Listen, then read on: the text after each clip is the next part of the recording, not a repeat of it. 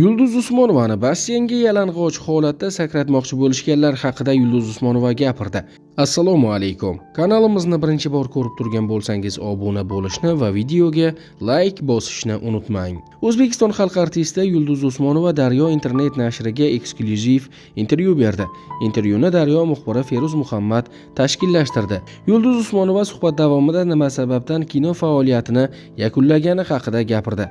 O'sha vaqtlarda ham o'yin bor ekanda, basseynga yalang'och holda sakrash kerak deyishdi.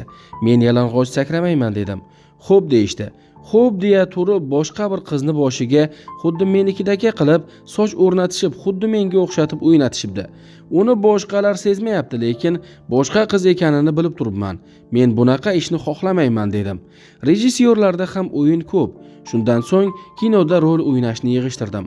Ma'lumot uchun Yulduz Usmonova 1991-yilda suratga olingan Temir erkak, 1992-yilda suratga olingan Olov qa'ridagi farishta, Bolajon, Tohir va Zuhra filmlarining yangi talqinida suratga tushgan.